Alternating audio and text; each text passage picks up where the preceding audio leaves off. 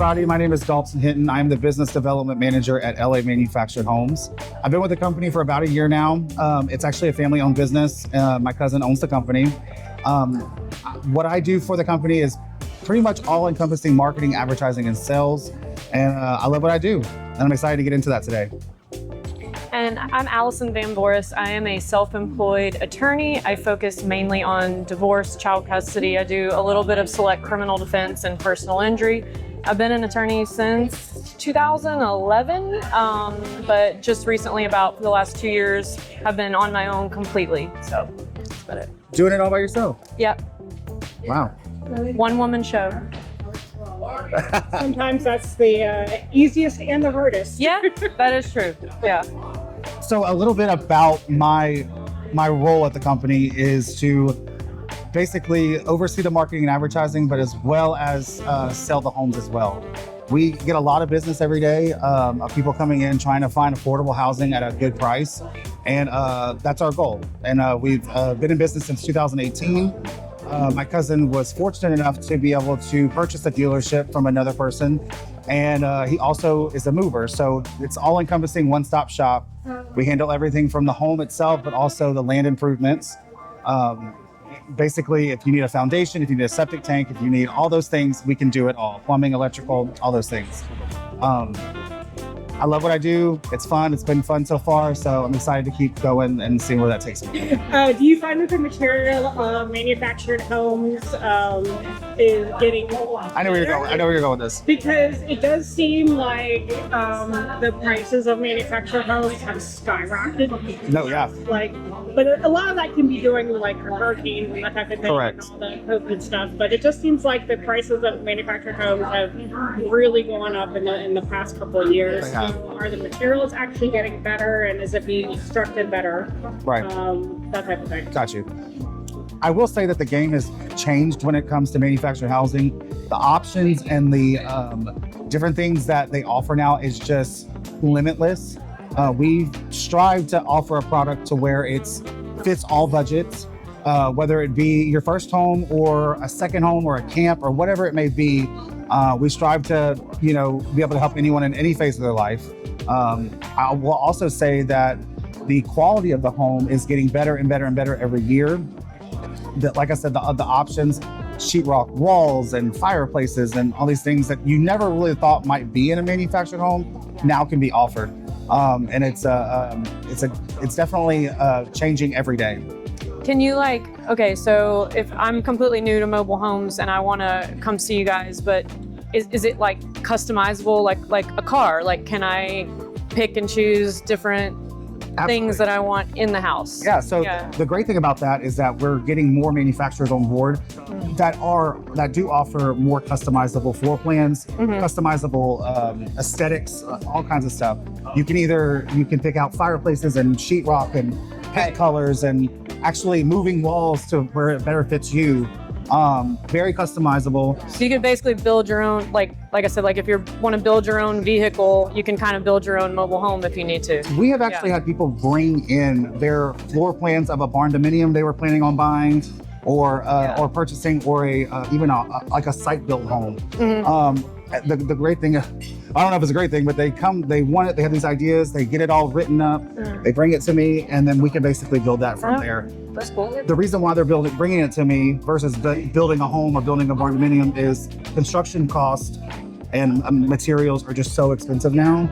And then when it comes to barn dominiums, it's just the metal keeps going up. All these construction materials are going up and up and up. We can offer an alternative with that as far as some offsets with manufacturers we deal with. And we can save some of that cost when it's being passed on to the customer. But it allows us to be way more customizable in the product. I will say our whole family started moving mobile homes since the 80s. My grandpa owned his own business. 3 of my uncles and my cousin owned all their own businesses. We allowed to, like I said, the person I worked for was given the opportunity to purchase a dealership. So now he is all-encompassing one-stop shop. He can purchase the home from us and get it moved by us. 2 separate companies, 1 parent company, if you will. So have you actually played with the little thing that like moves them into the space? Like, isn't it like all remote control? So, which is crazy. When I was little, when I was young, we did not have all these gadgets to get homes into tight spots where they need to be. We had to there was a lot of geometry happening to be able to get the home where it needs to be. Now there's these things you put the house on these machines and they can move around the property back, side to side, frontward to backwards. It's very, very convenient because it's not as much work on the crew to help get that house in there. Have you ever had an experience with a customer where it might have, they tried to trade something hey, if you help me with this, I'll Sure. give you this. Yeah. Oh yeah, it's happened many times. Yeah. And I've gotten my hair done a couple times in exchange for divorce services or stuff around the house, handyman work, which is fine with me. I can barter, I do love a barter. I love barter. I will say that me and Alyson are both in the Rotary Club of Lake Charles. Good plug. And part of me trying to get Alyson in the club was that we needed to do some, there's some legal paperwork when you deal with nonprofits. Yeah. So I was going to trade that services with her. It turns out it's not that expensive and she took care of it for us. But that was my goal, also to get her involved in the community, more so than she already was. Right. But I love a barter situation. No one's asked me yet to trade What's the weirdest thing that people have tried to barter for? I can't speak to me personally, but I've heard stories about when people are trying to trade in their current homes to get a new home. We do trade-ins sometimes. If they're trying to, it's very old stuff that they're thinking is worth so much. It's like a 1980s mobile home that's falling apart, and they're like, "Oh, I need it." Just valuation. People value things that they own a little bit more than what they probably is. Right. It's almost like they're trying to sell me on the idea, you know what I mean? Yeah. Are they trying to give you the firstborn child or? No, not yet. Nothing crazy. I mean, nothing crazy. Now, in my previous employment, I've definitely had people offer things like, "Oh, I'll do this if you do that." And I'm like, I'm not gonna get into that, but there were some things.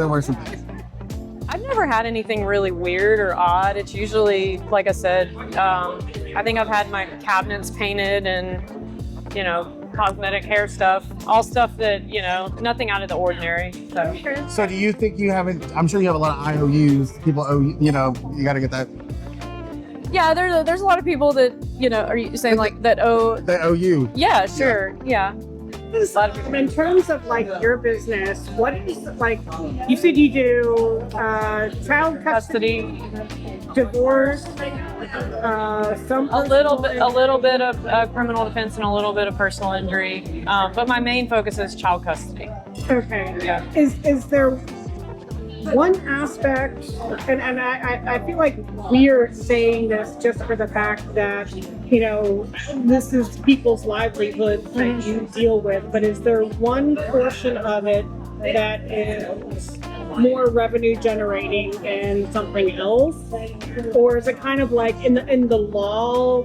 I don't really know anything about lawyers and law firms and that type of thing, but in terms of charging for services, is it pretty much kind of even keel of what?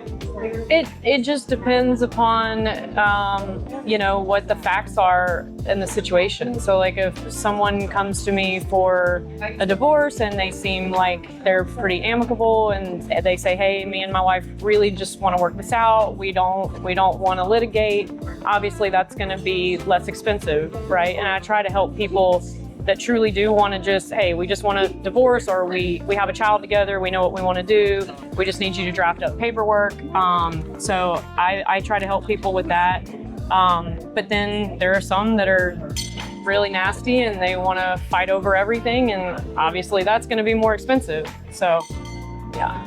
And does the cost come in for the court time, or is it just Pretty much everything that I do. I think most family law attorneys will tell you that they keep track of all their time, whether that be meetings, phone calls, emails, court appearances. We charge by the hour based on the time we spend on the file. Okay. Do you think that the good days outweigh the bad days as far as the experience you have?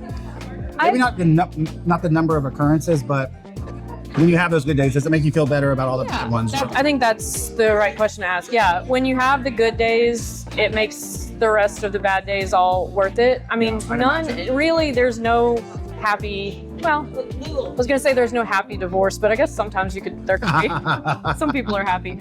But really just the circumstances are not good. You know, they're coming to me for child custody. Sometimes that can get really messy, and sometimes it can be really sad. There can be, neglect or abuse issues or drug issues. And then, divorce is never fun. I mean, it's a stressful job because it's stressful situations that people are coming to you with. But at the end of the day, if you can get people through it and help them, and most of the time people are thankful and, just getting them through some of the toughest time in their lives. So it's worth it. Yeah.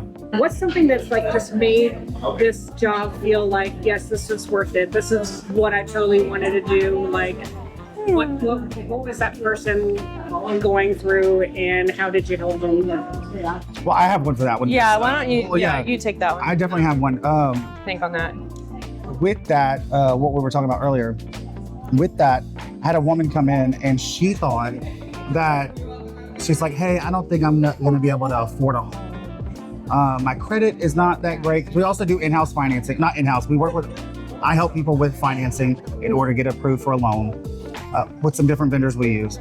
She came in thinking that she was not going to have a chance at getting approved. She wouldn't have a down payment. She just didn't think it was possible. Yeah. And I said, well, let's try it out. Let's just see all the options we got. Mm-hmm. We found something that I felt was based off her situation she could afford, based off her income she was telling me about. Went through all the paperwork and it worked out. We were able to get something in budget for her as far as monthly payment. We were able to get her in a home with her son that she had always wanted to be, just have something of her own. Yeah. She had been living with family, and it was her and her son. She wanted to do something on her own. And so it was just I was happy. She was very thankful. She hugged me. That's rewarding. I was like, man, like something she probably thought wasn't possible. I tried to help make possible. And now she's living independently with her son, and it's great. Right. I think that those stories happen a lot in our industry, just because while we have our luxury homes, a lot of our homes are affordable, and they're more affordable housing. So it's people owning their own thing instead of living an apartment or anything like that. But they own their own thing, and it's like a sense of ownership for people who probably didn't think that was possible. Yeah. And I know with traditional homes, you need to go get approved with financing before you even really kind of start looking at that kind of thing. Do you kind of do the same thing in your market, or can you kind of judge based off of what they're telling you that this house will probably be good, and you can kind of go look at it before you do any kind of paperwork, that type of thing? With traditional home buying, there's a process usually happens where you have to go to a bank and see what you pre-qualify for, and then usually you get a realtor and you do all these things. In our line of work, or in my industry, you don't have to do any of that. Okay. A lot of people show up not knowing what their options are. Mm-hmm. They know how much they make, and they kind of have an idea of what their credit score is. Mm. And that's usually what I need to know. I'll ask a few more questions, but I get a good idea and a good sense of their financial situation. Mm-hmm. Anyone is able to come onto our dealership lot and look at any of the houses we have. Whether you can afford it or not, whether it's gonna be aspirational or not, to be in a home one day, we don't. I know some people will I need a pre-qualification letter before you come in, or a pre-approval letter before you come to my home. We don't do any of that. Okay. Come look, come see what's possible, and then we'll have a conversation, and then we can figure out next steps as far as looking at financing options. You may already have a bank that you use. We can go through them if they allow manufactured home to be financed through their institutions. It just depends. We have a lot of in-house people that we use, but we'll take anybody who's willing to take us as far as financing. What's your perception of a manufactured home? To be honest, I think if a hurricane comes, they're not safe. They're dangerous. That's my first thought. Is that would stop me from wanting to buy a manufactured home. Got you. Okay, so what people don't know, or maybe don't know, or maybe they do and they don't, or the specific thing. A lot of our homes are built with 2x6 exterior walls, which is pretty much what a site built stuff is. It's a lot. Not all of them are, but that's an option that can happen. What I will say is that we have wind zones. It's getting too technical, but there's wind zones on manufactured homes, 1, 2, and 3. We live in a wind zone 2 here in Southwest Louisiana, which means that in a perfect world, the home can withstand up to 100 miles per hour winds without being like tossed off or whatever. Yeah. If the winds of a hurricane is getting above 100 miles per hour, site-built homes are going to have the same issue as far as like damage to the home and stuff like that. But that's why we have homeowners insurance. Yeah. And if you lived in town when the hurricane they pay out. Well, the attorney would tell you they don't. But if you lived in a home after the hurricane and you owned a home, you know what that's like when you have to file a claim. Right. That's why we have insurance. If winds are even expected to get above 100 miles per hour, the local officials will tell us to evacuate. Right, You shouldn't be in the home. But you shouldn't, they're going to say that regardless of whether you're in a mobile home or Correct. like a normal. Correct. Yeah. But an average everyday, like a normal storm or something like that, they are completely safe. Okay. All right, we're going to pull off another question from Miss Kim, and we're going to answer this for you guys. In a town where everyone knows everyone, how do you handle making an unpopular decision? Okay. So that is actually one of the toughest things about my job, and especially with the family law, is that there's always two sides, and somebody's always going to be mad at me, and then somebody's always mad at the other lawyer. But so that is difficult. And sometimes, I try not to represent anybody that I know too well, but sometimes you do run into situations where you're involved in a case where you may know the other party, and but it's just a job, and I hope that most people can understand that at the end of the day. Well, you're doing what's best for you think for your client. Sure, I have a duty to represent the interests of my client, but sometimes that can get really tough. And then not only that, it's like the law, and especially family law, is contentious, and I have to go against other lawyers that I like and admire and that are my colleagues, and I'm friends with almost all of them. And it can get tough to be in a tough case where the clients are going at it and the lawyers then kind of have to go at it as well. But at the end of the day, for the most part, like Lake Charles, I think a lot of Lake Charles lawyers will agree with me, and they'll tell you this, like a lot of us say we wouldn't want to practice anywhere else, because our legal community is such a good community, and we do respect each other at the end of the day. And, for the most part, we all know we're just doing a job, and we respect it. And I go hang out with the lawyers after, And I would imagine if you're doing something, it's like they probably thought, well, I would have done the same thing. Right. You know what I mean? Exactly. It's a job. We're doing a job. We have a job to do. Yeah. I mean, there's different ways of looking at it, but I mean, the only thing that's different between people is how they interpret law and all those things. But as far as procedural things, which is what mostly I would imagine, this happened, so this is going to happen. Yeah. It's for what the most part. It's what I would have done. I get it. Yeah. And I imagine that's a lot of it. I mean, I'm sure there's some people who don't see it the same way as you all the time. But I would imagine for the most part. Well, look, and I've had scenarios where another lawyer will call me, or I'll call and say, hey, look, I know that got heated today. Emotions were high, sorry if I was, whatever. It's cool. Water under the bridge, we'll see each other next month in a different case, so.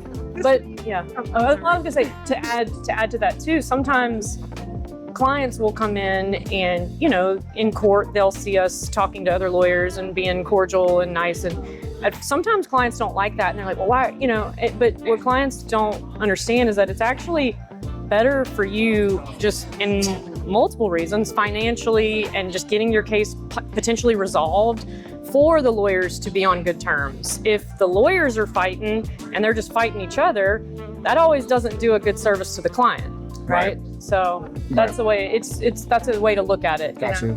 Do you notice any kind of biases that go around in the law community, where it's like one client versus another, or what do you mean, like sue happy people, or? Okay, so maybe a lawyer realizes that their client is like a dirtbag, and do you notice any kind of biases that go around in the law community where it's like one client versus another, or like, What do you mean, like sue happy people, or? okay, so maybe a lawyer realizes that their client is like a dirtbag, and they not that they wouldn't necessarily represent them, but may like, I don't know. I really don't know how like lawyers like kind of split that emotion. Oh, right. Okay. Of, like, I know this client is a dirtbag, but I need to represent them. But at the same time, I don't want them to win. And in a way, I don't know if that's even like. Yeah, no, I know what you're saying, and I think that comes up a lot in the context of like criminal defense lawyers. A lot of people always, and I don't do a ton of criminal defense, but I've done some. And my dad was a criminal defense attorney for years and years and years in this town, so I grew up around it. But a lot of people would ask him like, how can you represent someone that's guilty, or how can you do that, And I get, if you're not familiar with it, I can understand how that would be, in your head. But an attorney's job is to make sure the rights of their client are protected, whether, especially in the criminal defense arena, like whether that person did something or not, or whether they're guilty or not.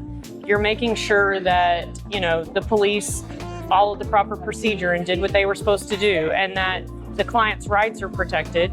And a lot of times, someone may be accused of something way up here, a major felony, when actually in reality, maybe they're only guilty of something down here, like a misdemeanor. And that's part of the job too, is to make sure that they're charged correctly, that ultimately, this is gonna sound cheesy, but that justice is served, right?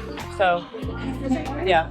So I don't know if that answered your question, like how do you represent somebody that, yeah. I think so. And I mean, look, every client that I represent in the family law context too, I don't always agree. They have their faults. Well, everyone does, and I don't always agree with everything they do. Well, I guess in your position, like their lives are under a microscope. So every decision they make, or anything they've ever discussed or like have proof of, or whatever, it's dissected and used against them in some kind of way in order to prove a point for the other client or whatever.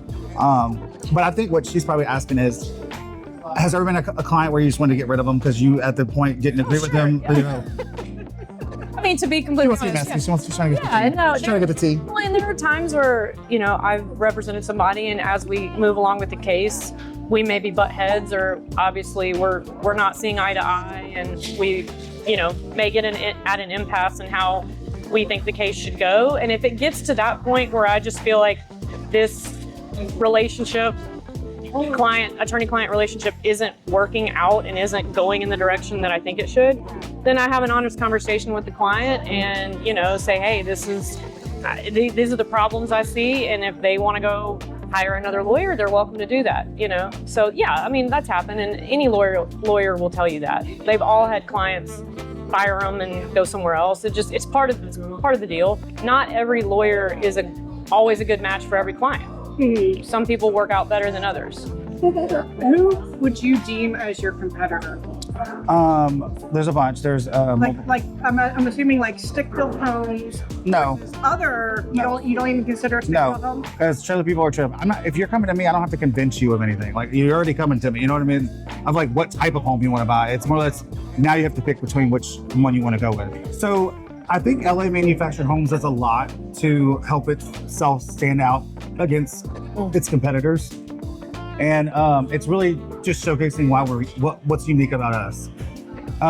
We like to pride ourselves on that we are truly a local company. All decision is made in-house. Any decisions like as far as pricing and all those things all come from us. We are a one-stop shop in the fact that we move the same houses we sell. So all questions can be answered in one spot. I'm usually the point of contact up until the house is delivered, and then it's our service department. And then we have a tremendous service teams that we work with these manufacturers that we sell to or sell for. They're great and problem solving and all those things. We do a lot of marketing stuff to help put our name out there. We have a good mix, marketing mix, as I like to say, billboards, advertising, social media, radio, TV, print media. We do a lot of stuff to make sure people know that, hey, we're supporting local business through these things, but also it's a way to put our name out there too and meet the customer where they're at and where they're getting these advertisements. So I think that's really important. It's also important to paint the story of why you're great. So I am pretty bad about putting myself out there marketing wise. I haven't done much. I could do a lot more, but for me, I think every law firm is different. Some are big, some are small. All attorneys practice law differently, but and I would imagine different areas of practice and different require areas different things. Sure. But for me, I've always tried to do right by people, treat people right, be honest with them. I don't like to sugarcoat things. I'm gonna tell you like it is. I try to be fair on my prices and costs, and reasonable. And I have a lot of repeat customers, especially like if it's child custody and they come to me and then a couple years later they have a problem that arises again. I have a lot of customers or clients that come back. And to me, that speaks volumes because they were obviously happy with the job that I did to begin with. And so that's really where— Well, they know you have your back. You have their back. Yeah, and I get referrals from other lawyers, and that's really how I get most of my business. But I need to probably do some more marketing. So I think it's important. But marketing doesn't have to be like just straight up advertising. It could be putting yourself in spaces where you sell yourself. Yeah. Well, and that's why I'm involved in a lot of, clubs and boards and try to meet people and do networking. I think that's important, and just getting to know people and, putting yourself out there. I think a lot of people have this thing where they say, I would never be good at sales, but if you're a business owner in town, or if you work in some leadership role for a business, you are selling, and you're selling yourself. You're selling the company you work for, whether that be through the service, how you handle situations, or how you address situations, or essentially the job you do, to where people do want to work with you again and feel that. And on your front, I think it's like a commodity to have a lawyer. You know what I mean? Yeah. Like it really is, because it could, or at least that's what the perception is. As far as pricing and stuff like that, I can imagine that it changes and varies depending on the attorney and what the case is. Yeah. The case is. But do you feel like, so majority of your work now is child custody and family law? Yeah. Okay. Mm-hmm. Would you ever branch out into something like that? Because the personal injury attorneys, that's pretty much all the people who are taking up all the advertising in town. So I mentioned earlier, great. I do some select personal injury car accident cases. That's actually when I first got out of law school. I started on the other side. I did insurance defense and for car accidents, so I kind of know how those kind of cases work. And so I will do that. I do some select criminal defense. Most of my criminal defense and personal injury clients come from, they were already family law clients, and then maybe they get into some trouble, or maybe they get in a car accident and they come to me. Gotcha. So I don't advertise a whole lot for those types of law, but I can do it. Yeah. It's nice that you have like a history with your clients. Mm-hmm. So like if somebody reaches out to you that was like a family law thing, and then they have something that was something like else, a personal injury, you have that history of knowing what was going on with them before. That, can help possibly with the case or that type of thing. I think that's a really valuable thing that you can, definitely. Absolutely. And if someone was a previous client and they call me for a matter or something that I really don't feel like I have enough experience or knowledge in, I'm going to refer them out to somebody else that I trust. And so I'm not going to take the case if I don't feel like I'm up to par or know, enough about that type of law to take the case. So, yeah. And unfortunately, these situations happen every day. Unfortunately. But at the same time, when you are going through it, you're going to want someone you trust. Mm-hmm. I think that you build that brand with your customer base. Sure. Yeah. So it's Mardi Gras season right now. Yes. How are you preparing for Mardi Gras? Have you been to any balls? I've been to 2 balls. One of them we went to. Sorry. I went with both of them. Oh, yeah. Sorry. Yeah. I must be memorable. Side note, Sorry, how your business can get involved in Mardi Gras this season is you can do the Merchants Day Parade. True. That's a good I don't know if the sign-up's already, and maybe by the time this is posted, it'll be past the thing. But in the future, on the Friday of Mardi Gras weekend, or the Friday before Fat Tuesday, I would definitely suggest getting on a float with your employees and going down the Ryan Street and the Merchants Day Parade. It's so much fun. Your employees will love it. We did it in a previous job I had, and we all got matching T-shirts and throws. It was a lot of fun. Yeah. It's a way to showcase your business, because that's what the whole point is all the local businesses in town. They get out there, and you have a huge audience while you're going down Ryan Street. So I would definitely say get involved with that if you can. And then there's stuff going on all weekend long that you can get involved. There's gumbo cook-offs, and there's the gala that happens at the Civic Center on Monday night. Yeah. A lot of fun things going on. And Dog then parades. dog parades, children's parade on Sunday. Yeah. And obviously you got the big crew of The cruise crew parades parade on Tuesday. on Tuesday. So, Yeah. and if you want to we should do that. Our businesses should do that. The crew? No. No, merchants. The merch parade. Yeah. Yeah, we should do that. Maybe we can do like a That'd joint be venture. fun. That'd be Yeah. fun. Well, I guess I'm not familiar with this part of it, because I think some businesses already have and have had it for years. Like, where do you get floats from? Like, It's a really good question. I don't know. So, or how do people decide? Like, I don't know. so how I've done it in the past. So you might be thinking, oh, how do I get a float? I don't know. I don't have a Mardi Gras float. What you do is that you can either reach out to the Mardi Gras Southwest Louisiana organization, and they can maybe put you in contact with some crew members of different crews around Lake Charles or Southwest Louisiana, and they can get you in touch with their people who are on their board, and they can lend you their Mardi Gras float, and then you just basically put your signage of your business on the side of it. Yeah. One thing, a little tidbit that you probably don't know about, you have to get a day of insurance for the day of the Merchants Day. Oh, really? Oh. A lot of insurance companies here in Southwest Louisiana do know what this is. It's basically like event insurance. Yeah. And you can get that one-day policy in case something happens, because you are riding down a road, you want to be safe and you want to be covered. Yeah. So shout out to all the insurance agents. They'll be able to help you out. Okay, enough about our businesses. I feel like everyone knows what we do. And so let's talk about business as a whole in Southwest Louisiana. Okay. Why do you think some businesses don't make it in our area? I don't think it's specific to a certain type of industry or anything like that. I think for me, I feel like it's a lot of having, and I can only speak to my experience or my thoughts. I don't know what actually happens, but I would imagine it's me being a marketer, it's having a game plan on that front end of how you're going to get your name out there, especially if you're in an industry that has a ton of competition. What are you doing to set yourself apart? Yeah. And that can be done in a lot of ways. I mean, there's so many ways to advertise now and get your name out in your brand. And there's ways of storytelling in a way. You can do it on camera. You can do it with a billboard. You can do it through a radio ad to give emotion, Facebook advertising, specific industry advertising. Like for you guys, I know you lawyers have like Fine Law and Thompson Reuters and all this other I know there's awards and stuff like that y'all get. But I think one of the biggest things is putting yourself out there personally in a networking. People know what you do.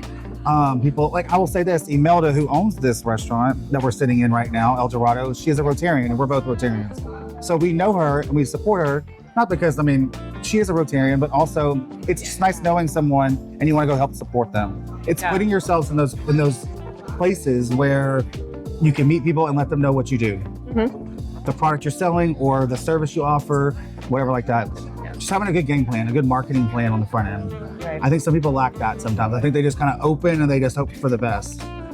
So I don't have any sort of marketing background or experience, but I guess just my preconceived This is your unprofessional, my unprofessional opinion is that people in a lot of areas like this, like small towns, they're scared of new things. They don't like anything new.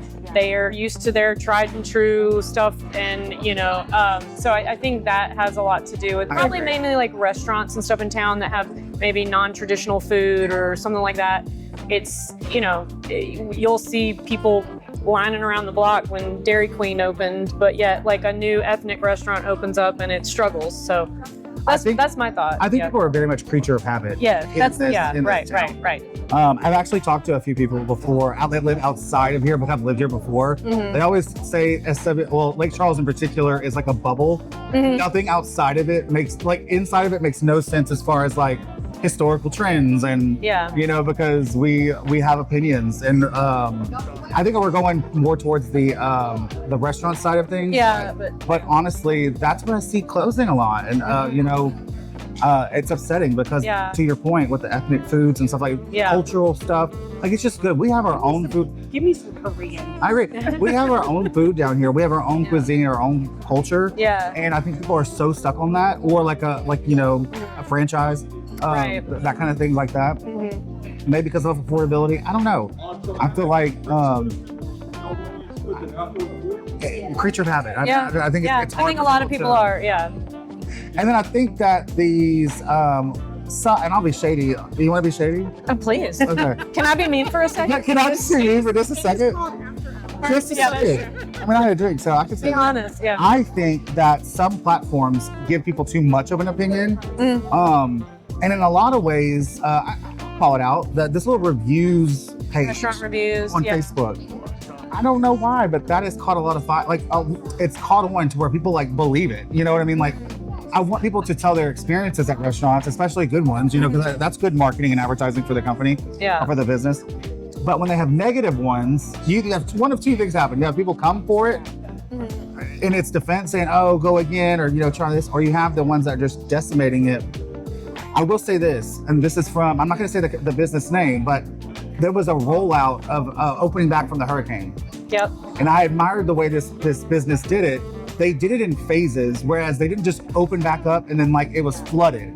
And when you do that, you have terrible service because everyone's busy. Right. They wanted to do it right. The food may not be up to par or whatever. They just did it in a way where they could manage it and control it. And that's important. And it kind of created an exclusivity thing, because like if you're on the front end of that, you felt kind of cool. Oh, I got in, I mean, you can use context clues on who I'm talking about, but yeah, I thought it was really smart the way they did it, and they opened back up full force after a period of time, and they did not struggle, and it was great. I think people just they don't really think about it in the sense of reopening. That's specific to the hurricane, but when you're opening, I think it's that's why people have soft openings. They work out the kinks. Whether it's the food industry, or the restaurant industry, or if it's like a retail spot or things like that, you just have to have a game plan. And I would consult with other people. It's like, hey, how should I open? Because people are making all these decisions about what the restaurant should look like and what's going to be on the menu and what's going to be the pricing. But I feel like they lack of, how am I going to open? Because that matters. Those first 2 weeks so matter. And that's where everyone forms their opinion. Right. I think that this is just me being part of the gallery, in part of in Southwest Louisiana, you hit the nail on the head with the exclusivity. Like, if you make it exclusive, everybody going to be there. 100%. That's psychology 101. I mean, yeah. Well, and I'll piggyback on or go back to what you were saying about like reviews and stuff, negative reviews. I mean, I think it's known that like. Let's talk about that. We'll pivot a little bit and talk about that.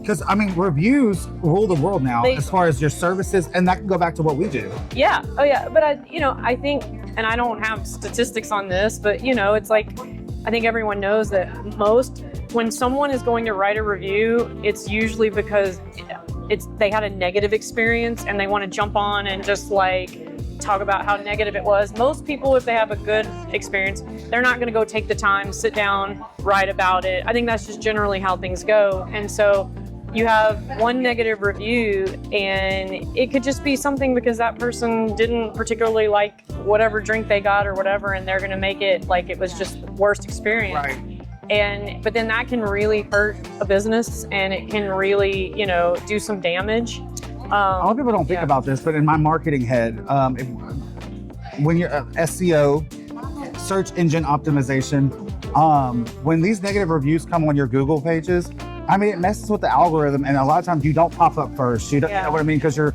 getting ranked lower over one negative experience that really could have probably been rectified at the place of business that day. So I'm a little sensitive to reviews because it means a lot. It just means so much now. It's a huge tool. Right. People easily make their own opinions before they experience it themselves. Right. And they base it off that. And that's what it's intended. But I mean, a lot of times as it comes to, maybe not restaurants, but as for services, it's misunderstandings. It's a miscommunication to where the person probably thought they knew what was supposed to happen and it was not actually, just misunderstandings. And it's something that could have been easily made aware of, and then we could have rectified it. There would just be communication. Right.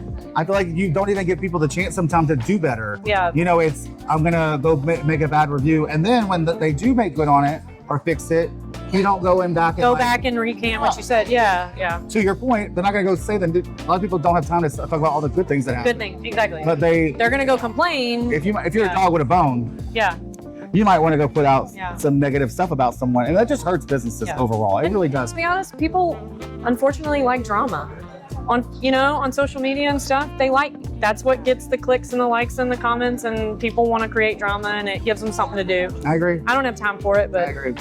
All right, I think we've talked enough. Do you think? I don't think we can ever talk. Well, I just want to say thank you all so much for tuning in. My name is Dalton Hinton. I'm the Business Development Manager at LA Manufactured Homes. I'm Alyson Vamvoras, self-employed family law attorney. And thank y'all for joining the After Hours Real SWLA Business Talk. Thanks for listening to us. Catch the next episode. Yeah. Bye, guys.